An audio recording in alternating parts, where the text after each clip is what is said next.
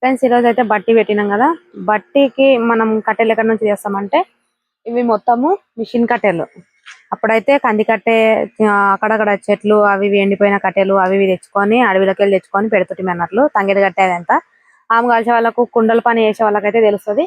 మేము ఇవి కట్టెలు మొత్తం మిషన్ కట్టె మొత్తం కొనుక్కొస్తాము. ఇప్పుడు ఆ మూల రిటర్న్కి మొత్తం ఫ్యాన్ పెట్టినాము.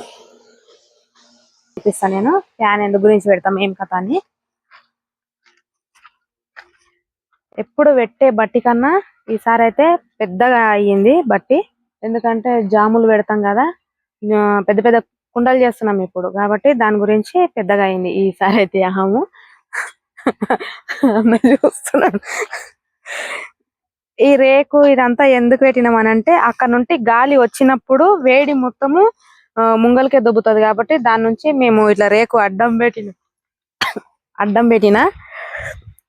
పెట్టినందుకు ఆడ ఫ్యాన్ పెట్టినందుకు అక్కడికి వెళ్ళి గాలి అనేది ఇక్కడ దొబ్బుతుంది. ఇక్కడ నుంచి గాలి రానియదు. ఈ రేక్ అనేది పెట్టడం జరిగింది. అయినా సరే ఈ రేకులు పెట్టినాక కూడా గాలి అనేది ఇక్కడ నుంచి అక్కడ దొబ్బుతా ఉంది. ఫ్యాన్ కూడా సరిపోతలేదు, వేడి చాలా వస్తుంది ఎంటకు. ఈ వెనకాల కట్టెలు దాపులు కింద కూనర్ల దగ్గర వేసినాం కదా ఫ్రెండ్స్, దాని నుంచి అవి అంటుకుంటున్నాయి. అయినా గాలికి చాలా సేపు అవుతుంది కాలానికి కూడా. ఇప్పుడైతే ఇట్లా గాలి అనేది దొబ్బకూడదు, మంచిగా ముంగల నుంచి ఎంటకు రావాలి గాలి. ఈ ఎంట నుంచి ముంగలకి దొబ్బుతున్నందుకు అబ్బా కళ్ళు వంటలేస్తున్నాయి చల్లగా. అందుకని ఇక ఫ్యాన్ ఇట్లా పెట్టయితే ముందలకైతే మంట పంపిస్తున్నాము.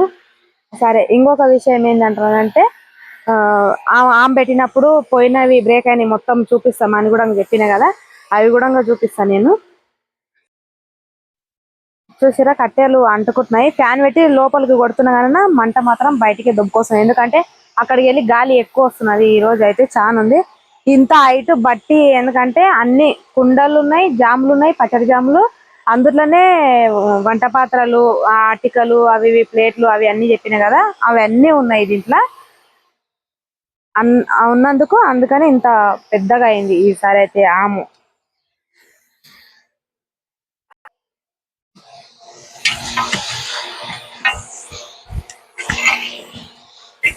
ఇగో ఇక్కడ మొత్తం బూడిది కనిపిస్తుంది కదా ఫ్రెండ్స్, ఈ మొత్తము బొగ్గులు అనేది బూడిద అవుతుంది. బూడిద ఈ బూడిదే ఇగో ఇక్కడ గంపలో ఎత్తి పెట్టినాము.